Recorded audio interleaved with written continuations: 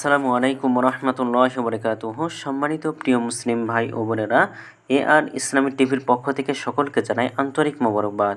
আশা করি সকলে ভালো আছেন। আমি আলহামদুলিল্লাহ আল্লাহর রহমতে ভালো আছি। আজকে আপনাদের মাঝে আলোচনা করব মুহররম মাসের করণীয় কাজ কি কি রয়েছে এবং বর্জনীয় কাজ কি কি রয়েছে, চলুন আমরা জেনে নিই। তো আরবি বর্ষের প্রথম মাস হলো মুহররম মাস। ইসলামে মাসটির গুরুত্ব এবং তাৎপর্য রয়েছে।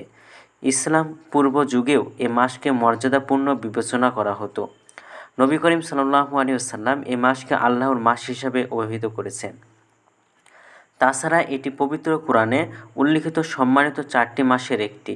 এ প্রসঙ্গে ইরশাদ হয়েছে, আসমান এবং জমিন সৃষ্টির সময় থেকেই আল্লাহর কাছে মাসের সংখ্যা 12। এর মধ্যে 4টি হলো সম্মানিত মাস। এটি সুপ্রতিষ্ঠিত বিধান। বিদায় হজের খুতবায় রাসূলুল্লাহ সাল্লাল্লাহু আলাইহি সাল্লাম সম্মানিত এই মাসগুলোকে চিহ্নিত করে বলেন, 3টি মাস হলো ধারাবাহিক জিলহজ এবং মুহররম। অন্যটি হলো রজব। বুখারী শরীফ এবং মুসলিম শরীফ। এই মাসের অন্যতম একটি ফজিলতপূর্ণ দিবস হলো আশুরা। মুসলিম সমাজে মুহররম এবং এই আশুরা কেন্দ্রিক নানা ভ্রান্তি এবং রসম রেওয়াজে প্রচলন আছে, যা পরিহারযোগ্য। তাই এই মাসের করণীয় এবং বর্জনীয় 10টি বিষয় এই ভিডিওর মাঝে আপনাদের মাঝে তুলে ধরছি। চলুন আমরা জেনে নিই। মুহররম সম্মানিত 4 মাসগুলোর হলো একটি। এই মাসগুলোতে নিজেদের উপর জুলুম করতে নিষেধ করা হয়েছে। আল্লাহর নাফরমানি এবং অবাধ্যতার চেয়ে বড় জুলুম আর কি হতে পারে। আল্লাহ তাআলা বলেন, এই 4 মাসের মধ্যে তোমরা গুনাহ করে নিজেদের প্রতি জুলুম করো না। সূরা তাওবা। এরপর 2 নম্বর হলো নফল রোজা রাখা।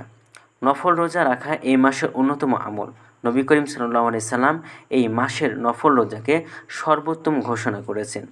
হযরত আবু হুরায়রা রাদিয়াল্লাহু তাআলা আনহু থেকে বর্ণিত, তিনি বলেন, রাসূলুল্লাহ সাল্লাল্লাহু আলাইহি ওয়াসাল্লাম বলেছেন, রমজানের রোজার পর সর্বোত্তম রোজা হচ্ছে আল্লাহর মাস মুহররমের রোজা। মুসলিম শরীফ। 3 নম্বর হলো তওবা ইস্তেগফার করা। নফল রোজার পাশাপাশি মুহররমের বিশেষ আমল হলো তওবা ইস্তেগফার করা।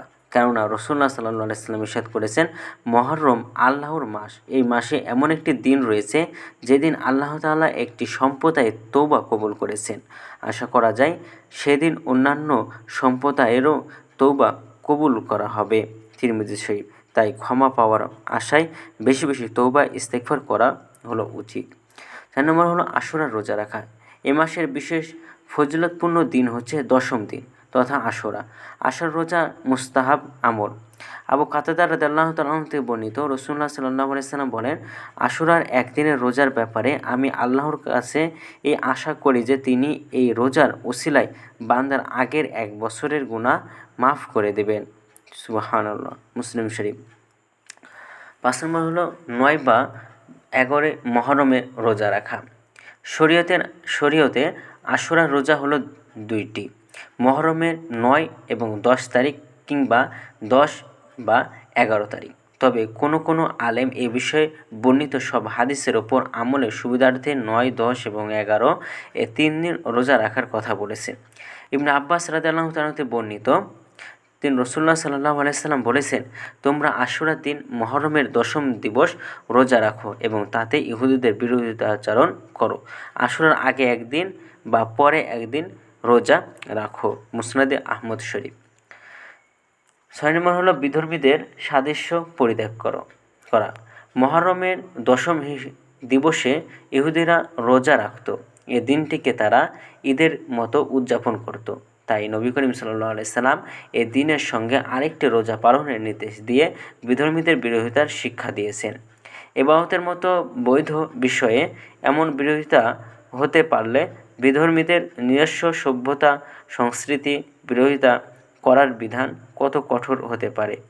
হাদিস শরীফে এসেছে, যে ব্যক্তি যে জাতির সাদৃশ্য অবলম্বন করে কিয়ামতের দিন সে ওই জাতির দলভুক্ত হবে, অর্থাৎ এই দল জান্নাতবাসী হলে সেও জান্নাতবাসী হবে, আর এই দল জাহান্নামবাসী হলে সেও জাহান্নামী হবে।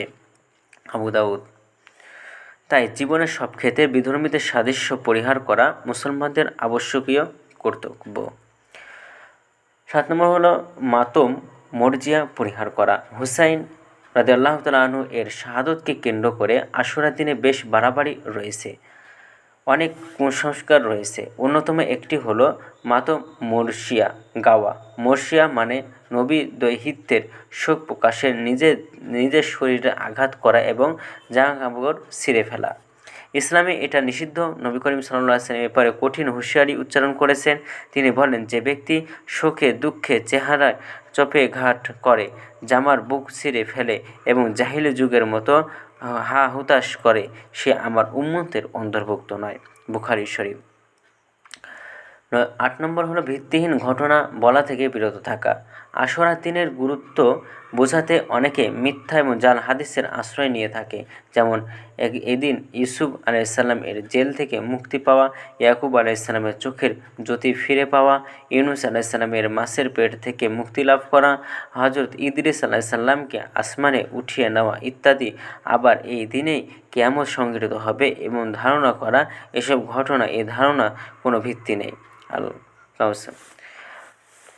তার ভিতর 9 নম্বর বা 10 নম্বর হলো রসম রেওয়াজ থেকে বিরত থাকা।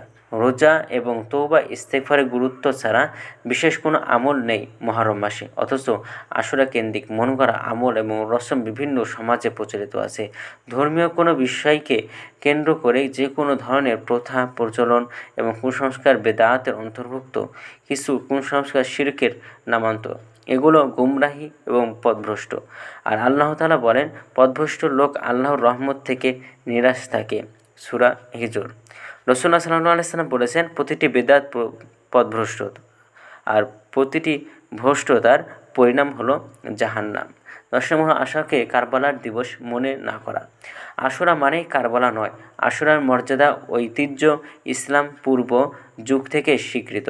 10ই মুহররম কারবালার প্রান্তরে নবী করিম সাল্লাল্লাহু আলাইহি ওয়াসাল্লাম এর প্রিয় দৈত্য হুসাইন রাদিয়াল্লাহু তাআলা আনহু এবং তার পরিবারের মর্মান্তিক শাহাদাতের ঘটনা তাৎপর্যপূর্ণ, আশুরার সঙ্গে মিলে যাওয়া কাকতালীয়। হৃদয় বিদারক এই ঘটনাকে কেন্দ্র করে এক শ্রেণীর লোকের শোক প্রকাশের অযৌক্তিক নানা আয়োজনের কারণে আশুরা এবং কারবালাকে একাকার মনে করে থাকে অনেকে, অথচ জাহিলি যুগেও আশুরার রোজা প্রচলন ছিল। ইবনে আব্বাস রাদিয়াল্লাহু তাআলা আনহু বলেন, রাসূলুল্লাহ সাল্লাল্লাহু আলাইহি সাল্লাম হযরত হিজরত করে মদিনায় এলেন এবং তিনি মদিনার ইহুদিদের আশুরার দিন রোজা রাখতে দেখলেন।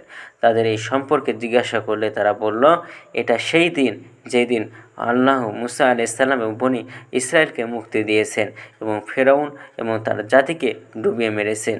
তার সম্মানার্থে আমরা রোজা রাখি। তখন রাসূলুল্লাহ সাল্লাল্লাহু আলাইহি সাল্লাম বলেন যে, আমরা তোমাদের চেয়েও মুসা আলাইহিস সালামের বেশি নিকটবর্তী। এরপর তিনি এই দিনে রোজা রাখার নির্দেশ দিলেন। সহিহ মুসলিম শরীফ।